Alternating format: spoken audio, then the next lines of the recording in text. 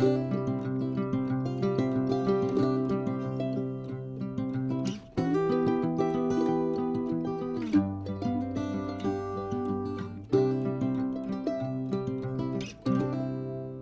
and welcome to part 2 of episode 47, Flosstube number 16. This is the continuation of my lacing and framing of my cross stitch tutorial that I started up in part 1.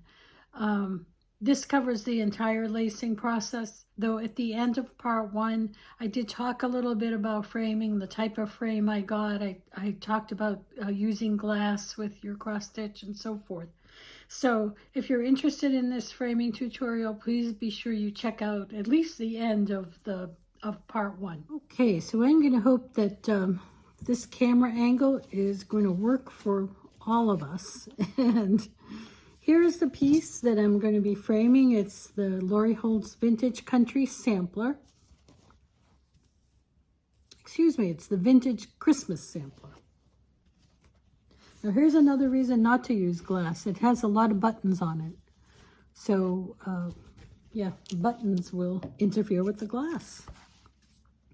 All I'm going to do is place it batting side towards the back of the stitching. Okay, and I'm just going to take a peek. I'm not going to worry about it. Get the hair off of it. I'm not going to measure, fuss about it. If it's close, that's good enough, and that is good enough. Here are some other things to use. I use upholstery thread because it's really a good weight for this. A good size needle, or a needle with a good size eye. I keep my thread in a yarn bowl. You can use a bowl or a cup or whatever it is you have. But you're going to use one continuous length of thread all across each side. And there's no need to cut off and continue to knot. So that's why I use the bowl. I know that's out of the camera angle, but it doesn't really matter. Oh, the other thing, I do have a ruler because eventually I'll need to measure it. I keep a pair of scissors. That's all you need. So I'm just going to start. I think you can see this. Move it over a little bit. All right. And I am just going to take, I'll move you a little bit. Okay. So I'm just going to start at the beginning of the mat board, and I'm just going to take a stitch. Well, my stitches are maybe about 1/4 of an inch wide. Doesn't really matter. You don't need to do this. You don't need to drive yourself crazy stitching this up as if you're, quilting something and trying to get the most minute stitches. But I'm going to come across and take another stitch, same way this way.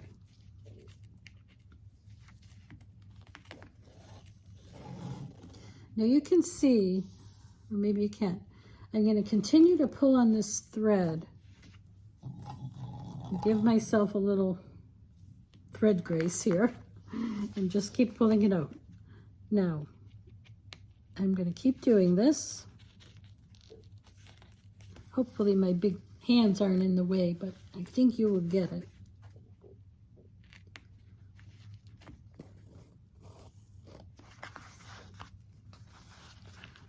Now, the magic of watching the John Roberts tutorials were,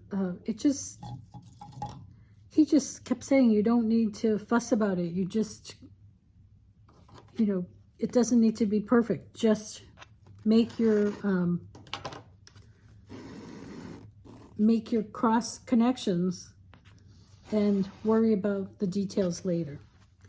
And it's true, you don't have to fuss with it. You can fuss at the end to make sure it's perfect. But for now, the lacing is easy. Take a chunk, pull it back. Take another chunk. And I'm doing them, I don't know, maybe 1/2 inch or so apart or less. I'm not worried about. You don't want to leave a lot of space because it will gap on the front. You know, you want equal tension all around. But see, I've run out of thread. So what I'm going to do is pull some off of the thread spool, and I'm going to just start pulling every other thread. You don't need to pull every single one, just every other one.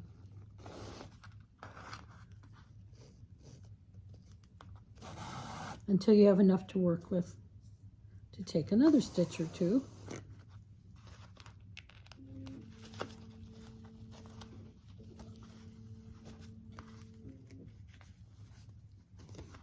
Hoping you can see this well enough. I have it at such an angle that I can see what you're seeing, but it's not ideal. It's not straight down at the table, and I know that. That's what I get for buying the cheapest little overhead camera holder I could find. Now, I decided to do this for another reason that I haven't disclosed, and that is, so I have a friend that has said several times, could you show me how you lace and frame? And of course I said, sure, but then we never seem to have a time to do that. We don't live, we live a couple hours away. And so this is for you, my friend, but it's of course also for everyone else who's watching, and I hope it helps. So I think I have a little knot somewhere, so it's tugging. Now with a big piece, it can get a little crazy. You can you can have thread all over the place. And the first time I did it, I had so much thread that I pulled out from the spool that I had the biggest tangled mess. So that was my own mistake. See, I'm pulling every other thread.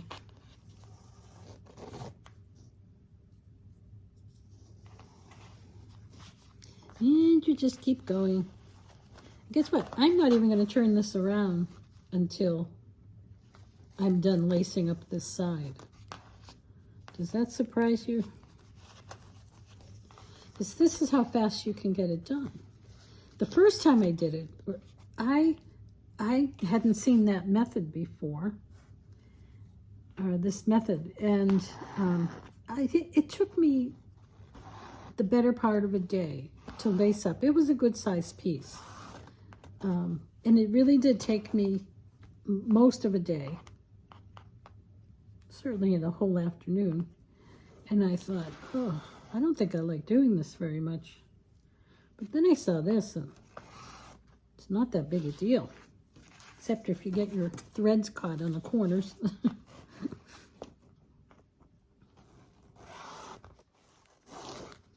Let's see, I pulled, oh, I don't want to lose my needles here.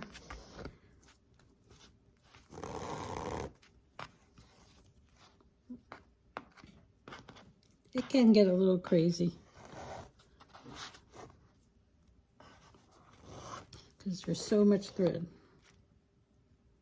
But see, I like this upholstery thread. It's heavy duty, but it's not so heavy duty that it is bulky in the back, but it's heavier than, say, sewing thread, you know, sewing machine thread. And which these days, I just think sewing machine thread is so much more thin, even the good stuff, especially the good stuff. It's like an Aurifil thread. I use it for my machine because it's good for your machine, but it's very thin, and I think it breaks easy. Needed a water break there. So again, I'm going to pull my threads. I need a little more thread. You know this is probably boring, so I'm going to be editing this a lot so you just don't see all the boring bits. more. Uses a lot of thread. So you can imagine if you don't use a bowl in this continuous thread method, you go through lengths of thread so easily, so quickly, and you're constantly making knots. That's what I did the first time because I didn't know about this.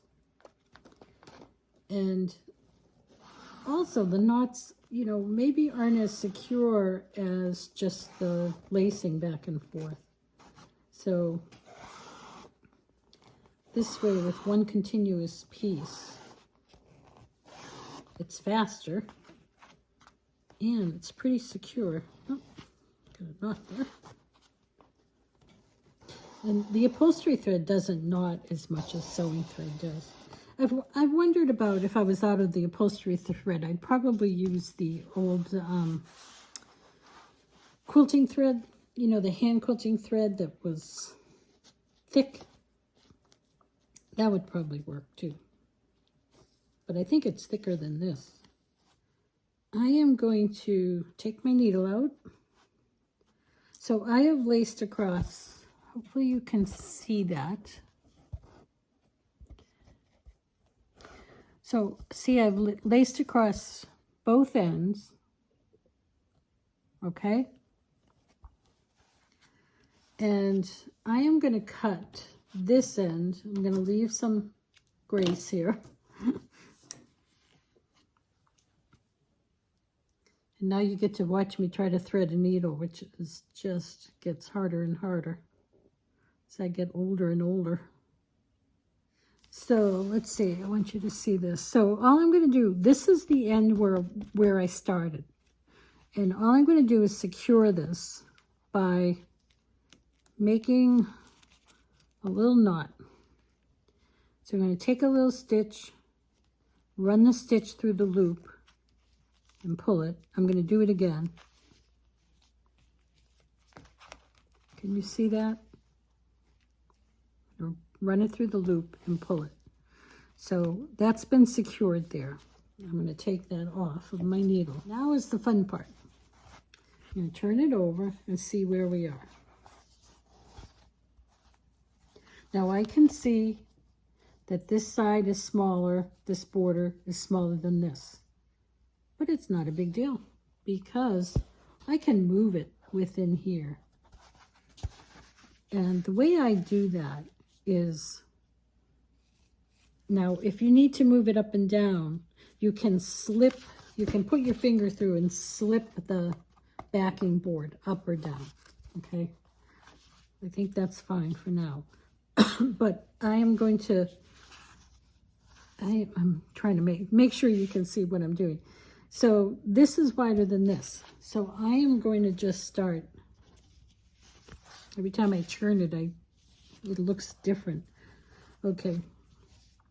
So I am just going to start pushing this a little towards, so you can, it's so loose right now that I can just make these adjustments just by sort of pushing the fabric around.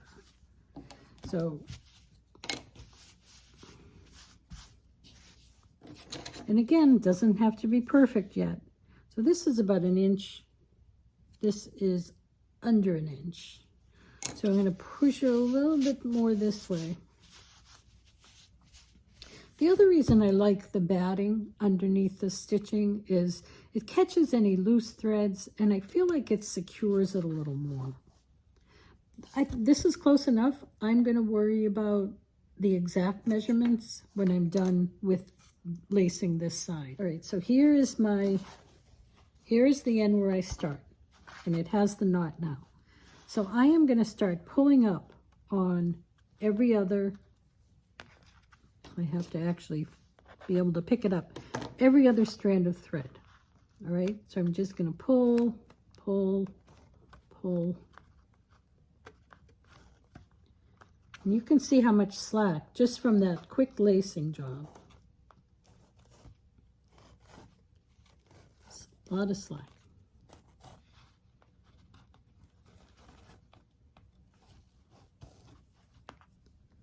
Pull that through. And guess what? I'm going to do it again. And you'll do this several times. You should do it several times because the fabric is going to stretch a little bit, and you just know when it's right. I always say these strings become like almost the strings of a guitar. Maybe you can't play music on them, but they do. They will feel kind of tight, but not so tight that it bends your backing board. Because I've done that before. I've laced so tightly that I looked at it and it sort of warped the board because I just had too much tightness. I'm going to keep doing this until it just feels right to me. I should have thought about things to talk about while I was doing this. See, I don't know if you can tell. It's getting tighter. It's getting tighter. Maybe one more time. Now, the bigger the piece, the more you have to do this because there's more slack and more to adjust. Small piece, you probably have to do it a couple, 2-3 times.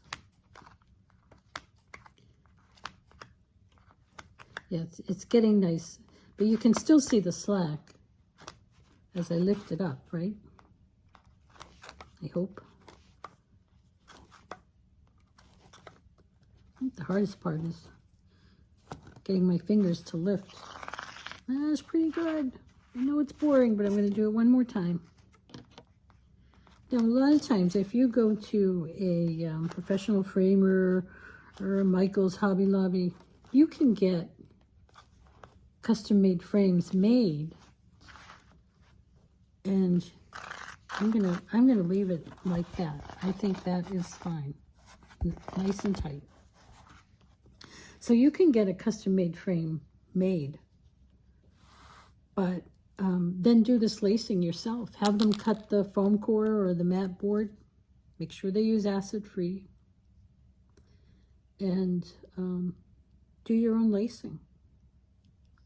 If you want mat board, like front-facing mat board, that's a whole nother thing, right?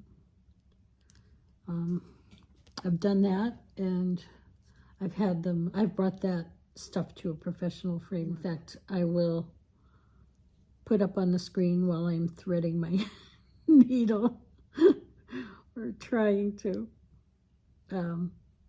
These are 2 pieces I've brought for professional framing.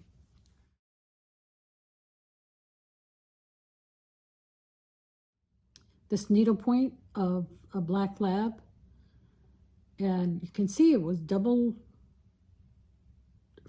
matted, and it was really well done. The other one was my North Country Stitcher, North Country, I can't remember the name of it. I'll put it on the screen.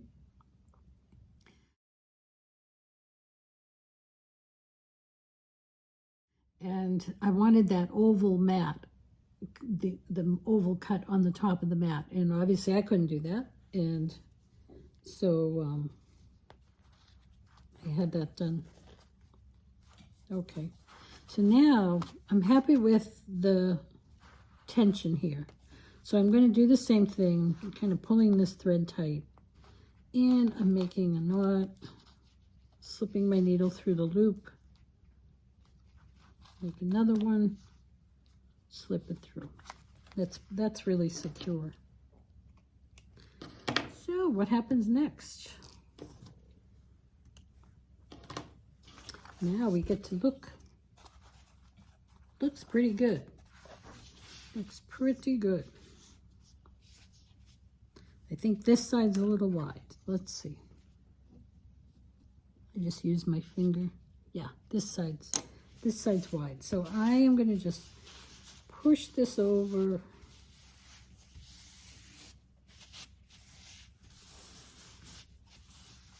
It's just kind of easing over there a little bit.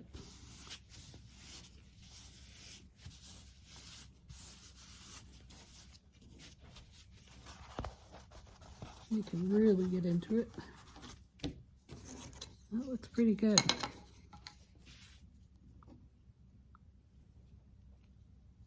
It's just under an inch. in just under an inch. It's pretty good.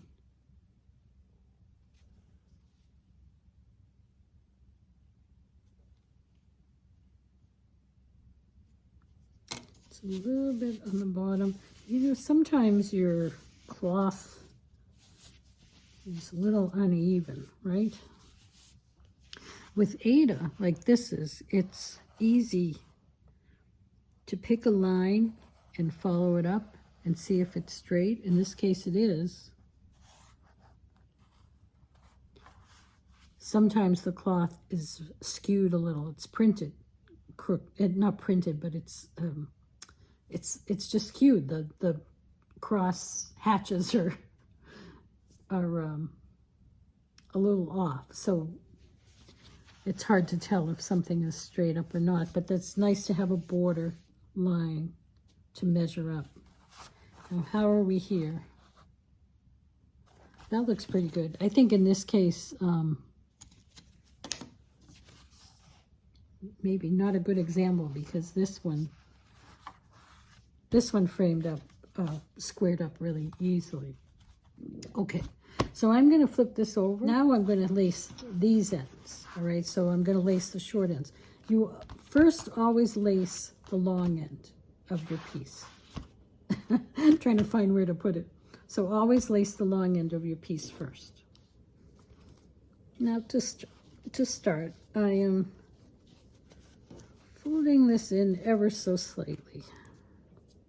You don't have to worry, when you're putting it in a frame, you don't have to worry about having that flappage stick out when you turn it, because it's going to be in the frame, within the frame. But I do pull it in a little bit to start. Oh, I started on the wrong end. I'm going to start the end closest to me. And then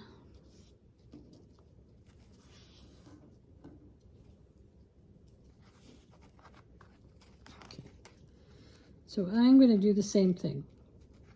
I'm going to just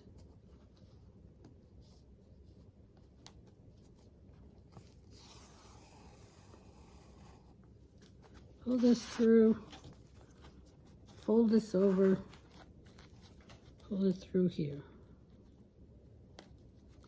Now don't go through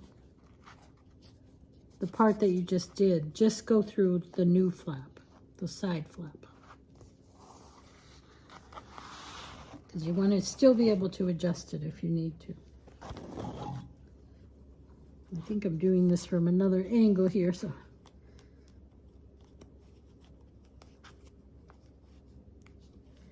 And I didn't say it at first, but always stitch to parallel to the edge of the fabric. So you don't want to scoop it, like you don't want to scoop it up from the bottom or from the top, because it's going to curl in the edge of the fabric. So see, I'm just going parallel to the edge of the fabric.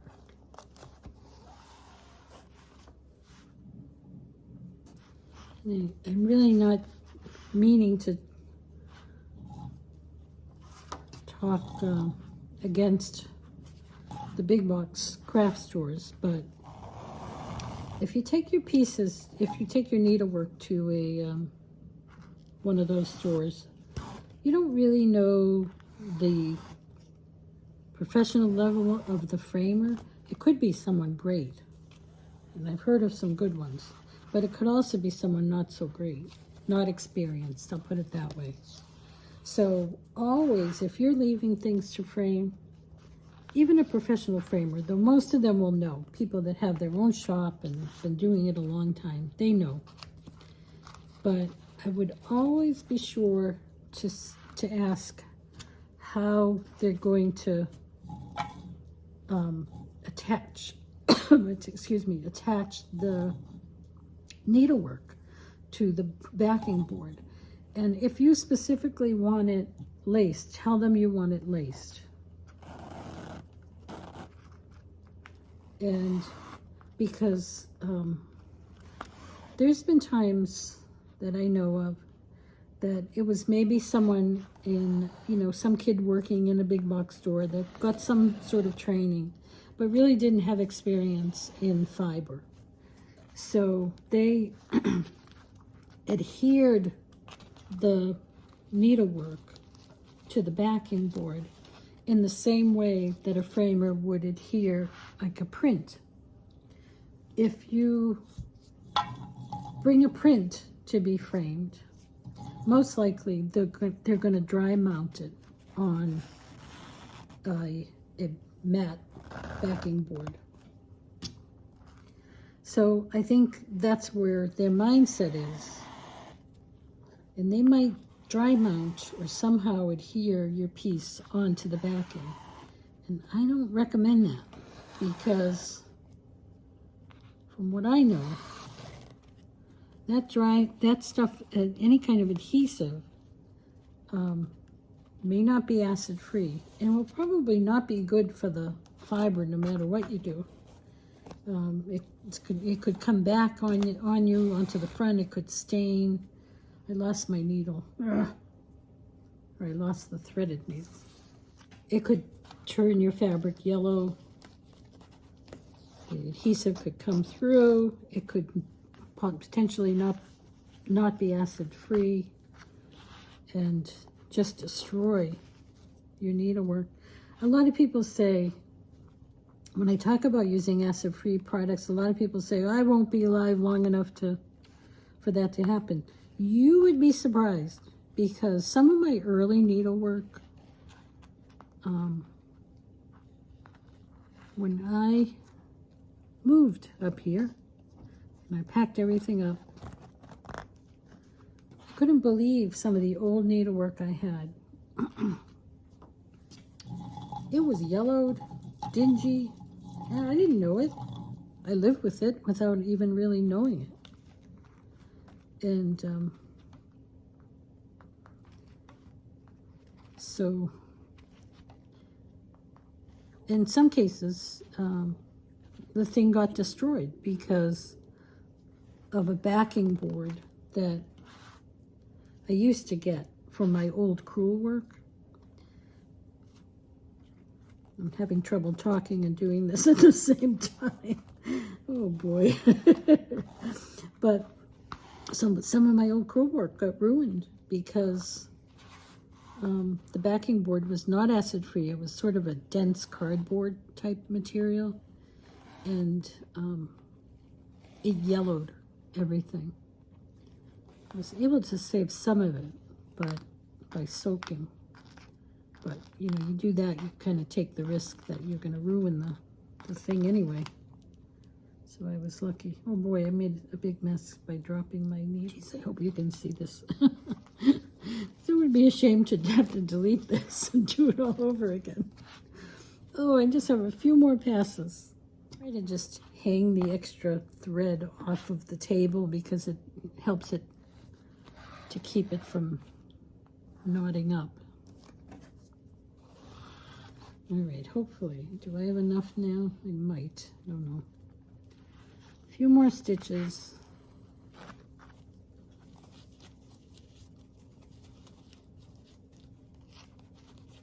Getting to the folded part. I have to do this quick. You have to let Pete in. He's been outside, and I'm sure he'd like to come in. You know Pete, right?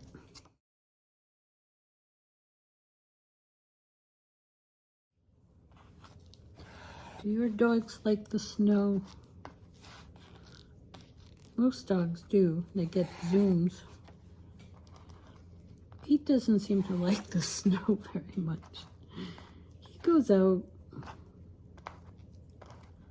but he finds the driest patch he can, and he just sits there and he looks as pathetic as possible. You'd think a giant 100-pound black lab would run around like a kook and have a grand time, but he likes his home comforts. Why not? Don't we? Okay, guess what? I've gotten across. I've gotten all the way across. So see, both sides. Sorry about the shadow. So now I'm going to do this. I'm going to let this side go, and this side I'm going to cut. This is where I started. Rethread this needle at the point where I started.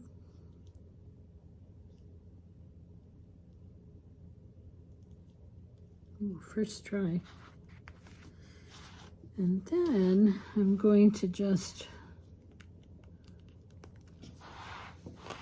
okay, so I'm just taking a stitch, taking another stitch, and run it through the loop. I'm going to do that again, run it through the loop. Done with this side. And now it is time to tighten. Oh, first, let's just take a peek. Oh, it's looking pretty darn good. It's a little crooked. Can you see? Oh, it's really hard to see. It's a little crooked across the top. So I need to move this side up a bit. Just going to push it with my hand. Yeah, this point right here is drooping a little bit. So just going to push that up. Just give it a little boost. Looks better. Let's see. So I have about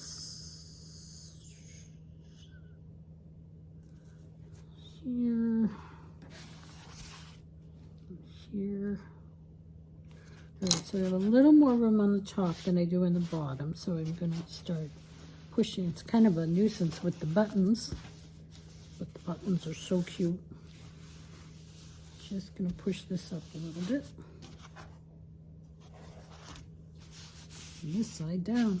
So see, you have to play with it a little. Now, if you pin this on the sides, with pinning, you put the pins into the side of the board, the foam part of the board. But if you've got it all pinned now, it's not going to move around. You have to take all the pins out to do this part. Still think it needs to go this way, so sort of twist around.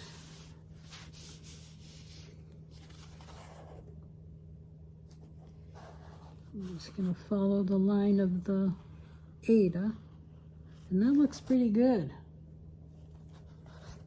Looks pretty good. This is about an inch. Oh, it wasn't an illusion. This is actually, this part is actually down from the top for some reason. I didn't stitch it wrong, so I don't know. The fabric may have twisted up a little bit. I'm just going to give this a little push, just manhandle it a little bit.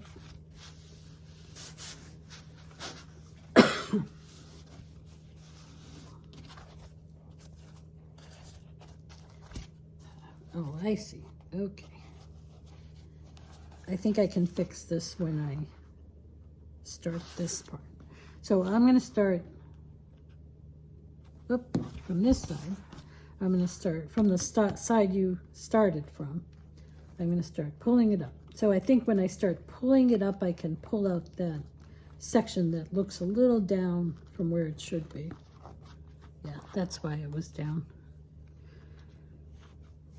Keep going. It's like this little grid in the back, isn't it?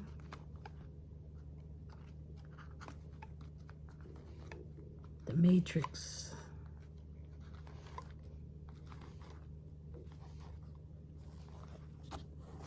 The matrix cross-stitch style. Because there's not as many strings holding this narrow side, it's not going to take as long. I'm plucking the strings of my guitar. I'm almost ready to play a tune for you.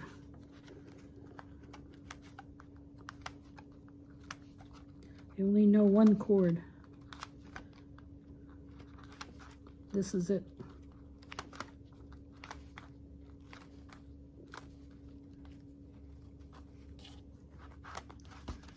I think that is it, kids.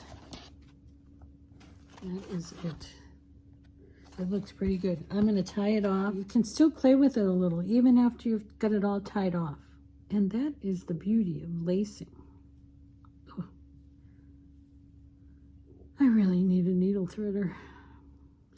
I often wish I had someone to just sit beside me and thread my needles. Here we go. All right, so I'm going to just take a stitch through these layers here. It's kind of a big stitch, but it's okay. I want to secure it down. And then through the loop and through the loop. We are done. Done, done, done. How does it look?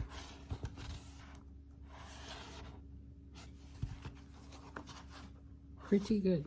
Still a little dropsy here. I'm wondering if the Ada is a little bit twisted, because it's good everywhere else. It's good here.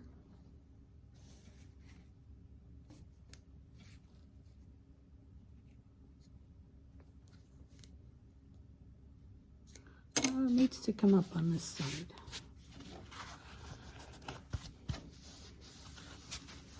You can drive yourself a little bit crazy,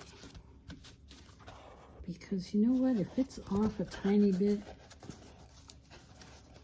well, if you have a border, if you have a straight border, yeah, you're going to see it. If you don't have a straight border all around the edge, you're probably not really going to see it.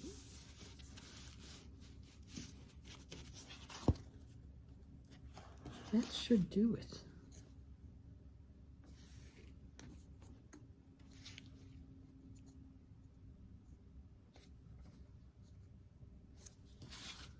Just one more look.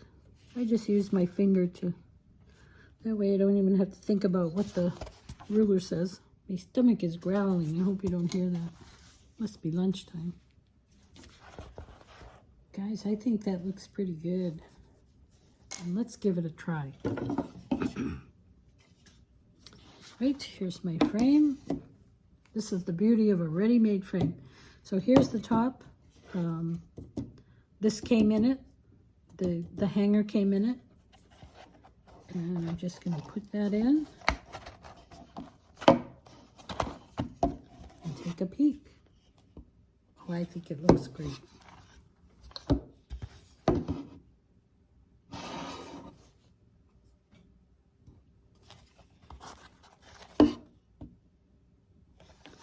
No, it doesn't. It still is dropped down on this side. So I am going to give this a good, I'm trying to do it so you can see. I'm just giving this a good push. A really good push up the side. The buttons are in the way. Now, if the buttons weren't there, I would be really pressing my hand up through here. But I can't. I have to go around the buttons. Maybe loosen this bottom up a little bit.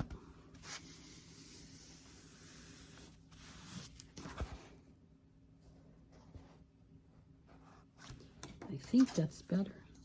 Let's see.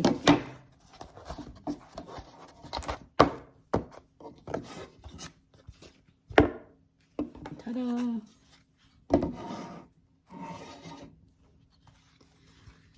Now with this, I have this backing board, all signed and numbered, and I'm just going to place that in there. It's stuck on the tabs. Now these tabs, I should mention, if you want to get into some of your own framing, these tabs you can buy, of course I don't remember what they're called, but they're almost like little flat brads. And you put them into the side, into the rabbet of the frame with a tool that's like a little squeeze tool. It holds it here, and you squeeze it, and it squeezes in that tab into the frame. I have one of those. I should have shown you, but I didn't need to do it. Now, I would normally use a little screwdriver to press these down, but I couldn't find it, so I'm just using my letter opener. It just holds everything in place. I should have had a manicure before I did this. Except my nails are so bad I don't bother with a manicure anymore. And I live in New Hampshire, and good luck finding a place to do it.